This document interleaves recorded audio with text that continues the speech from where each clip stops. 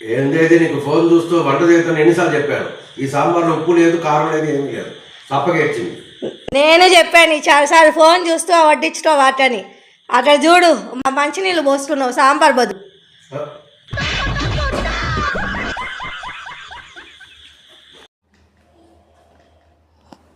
అయిందా? త్వరగా కానివ్వండి, ఆ పనులు ఉన్నాయి.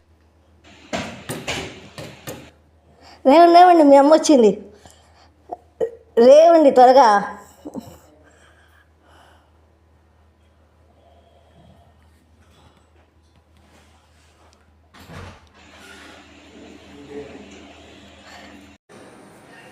హలో డార్లింగ్, నేను వచ్చారా? ఎదురింటి భాగ్యం వడ్డారం కొనింది, పక్కింటి కృష్ణ చీర కొనింది. అయితే టాటా, బాయ్ బాయ్.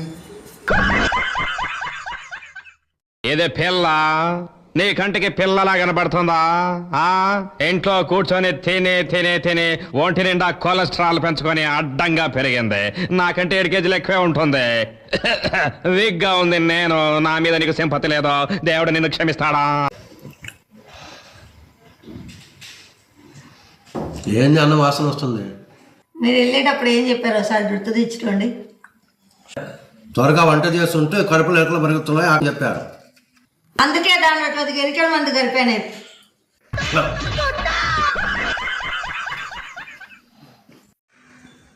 ఏంది బంగారం, నేను వచ్చి బాగా డల్గా ఉన్నావు, ఏమైంది? నిన్న మార్కెట్కి వెళ్ళాను కదా, అక్కడ పింక్ కలర్ డ్రెస్ చూశాను, చాలా బాగుంది అది. సరే సరే సరే సరే సరే నువ్వు డల్గా నువ్వు.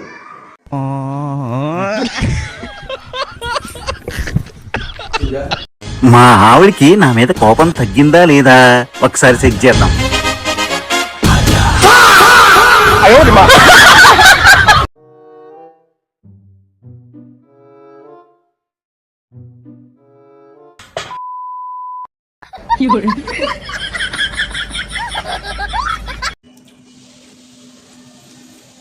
చట్నీ వేసేదా? స్పూన్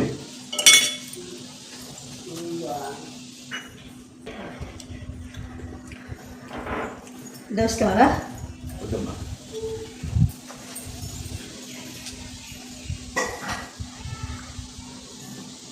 ఇంకేమన్నా కావాలా? దీని అనవసరంగా షాపింగ్ పోమని చెప్పాను నేను. అలాగే వచ్చి